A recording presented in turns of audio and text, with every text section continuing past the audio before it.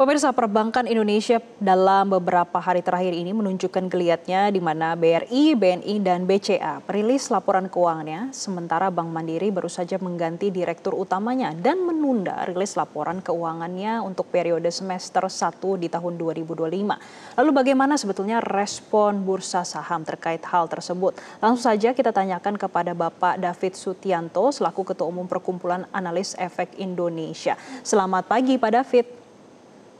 Selamat pagi. Baik, Pak David, terima kasih atas waktunya bagi Zona Bisnis. Pak David, kita melihat dalam beberapa hari terakhir ini banyak sekali rilis dari perbankan. Ini sebetulnya kalau dalam bursa sendiri bagaimana sih responnya, respon dari investor melihat perbankan yang baru saja merilis?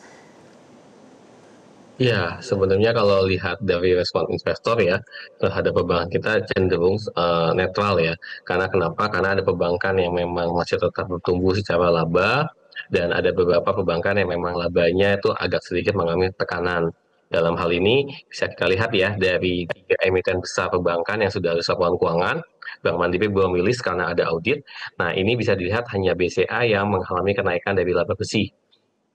Sedangkan untuk BNI dan BRI ini cenderung mengalami tekanan ya, laba bersihnya cenderung turun, sehingga dalam hal ini para investor melihat tekanan yang ada dalam bagaimana perbankan kita dalam mencetak labanya. Dalam hal ini bisa terlihat padahal ketiga bank ini masih mengalami yang namanya pertumbuhan dari pendapatannya, di mana BCA masih tumbuh sekitar 6%, kemudian juga dari BNI tumbuh sekitar 2,3%, BRI tumbuh 2,8%, tapi endingnya beda.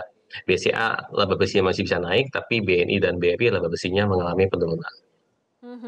Pak, melihat hal tersebut, sebagai analis Bapak melihat sebetulnya faktor apa sih yang paling mempengaruhi kenapa bisa BCA tumbuh tapi yang lain masih tertekan?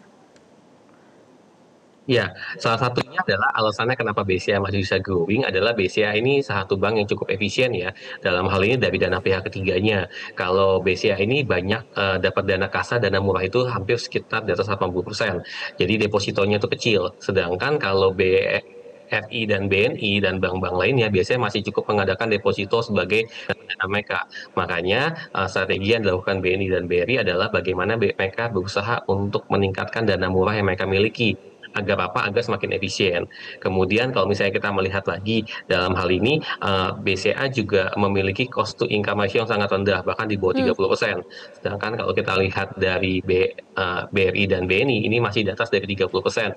Selain itu juga dari BOPO-nya, itu BOPO adalah biaya operasional, dibagi dengan pendapatan operasional, juga masih sangat rendah sekali, sekitar 40%. Sedangkan BRI dan BNI itu masih sekitar 70%. Jadi kalau misalnya dibandingkan memang efisiensi yang dilakukan BCA ini sangat-sangat baik sehingga di dalam situasi yang volatile seperti ini labanya bisa bertumbuh sekitar 8%. Baik, Pak David, tapi kalau melihat dari jangka menengah dan jangka panjang, ke depannya akan seperti apa untuk saham-saham perbankan, Pak?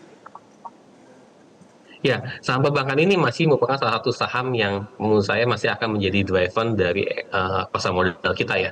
Karena kenapa? Karena begitu banyak sekali market cap yang ada di perbankan kita. Dan kalau misalnya kita melihat sebenarnya as a fundamental, perbankan kita masih cukup baik, dibuktikan dengan kredit yang tumbuh yang masih cukup besar ya. Dalam hal ini BCA tumbuh sekitar hampir 13%, kemudian BNI tumbuh sekitar 7%, dan BRI tumbuh sekitar 6%. Jadi overall di dalam sektor perbankan, pertumbuhan kredit adalah salah satu kunci bagaimana perbankan ini bisa grow. Selama kreditnya masih grow, harusnya perbankan kita juga masih bisa memiliki prospek yang sangat baik ke depannya.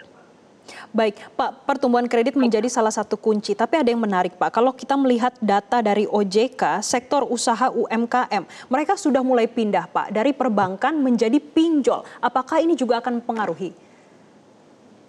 Ya, jadi memang ini merupakan satu disrupsi yang terjadi ya dengan adanya platform pinjaman online. Akan tetapi kalau kita melihat angkanya sekarang sekitar 80-an triliun ya untuk dari pinjaman online. Nah, saya melihat ke depannya memang mungkin ada sedikit switching ya dari yang tadinya relying ke perbankan menjadi relying ke pinjaman online.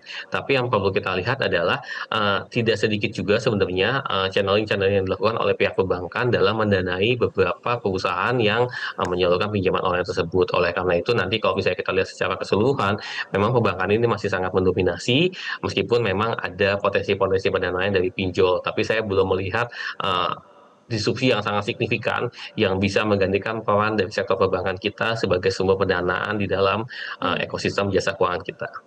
Oke, baik. Terima kasih Pak David Sutianto selaku Ketua Umum Perkumpulan Analis Efek Indonesia sudah bergabung bersama kami. Jelajahi cara baru mendapatkan informasi. Download Metro TV Extend sekarang.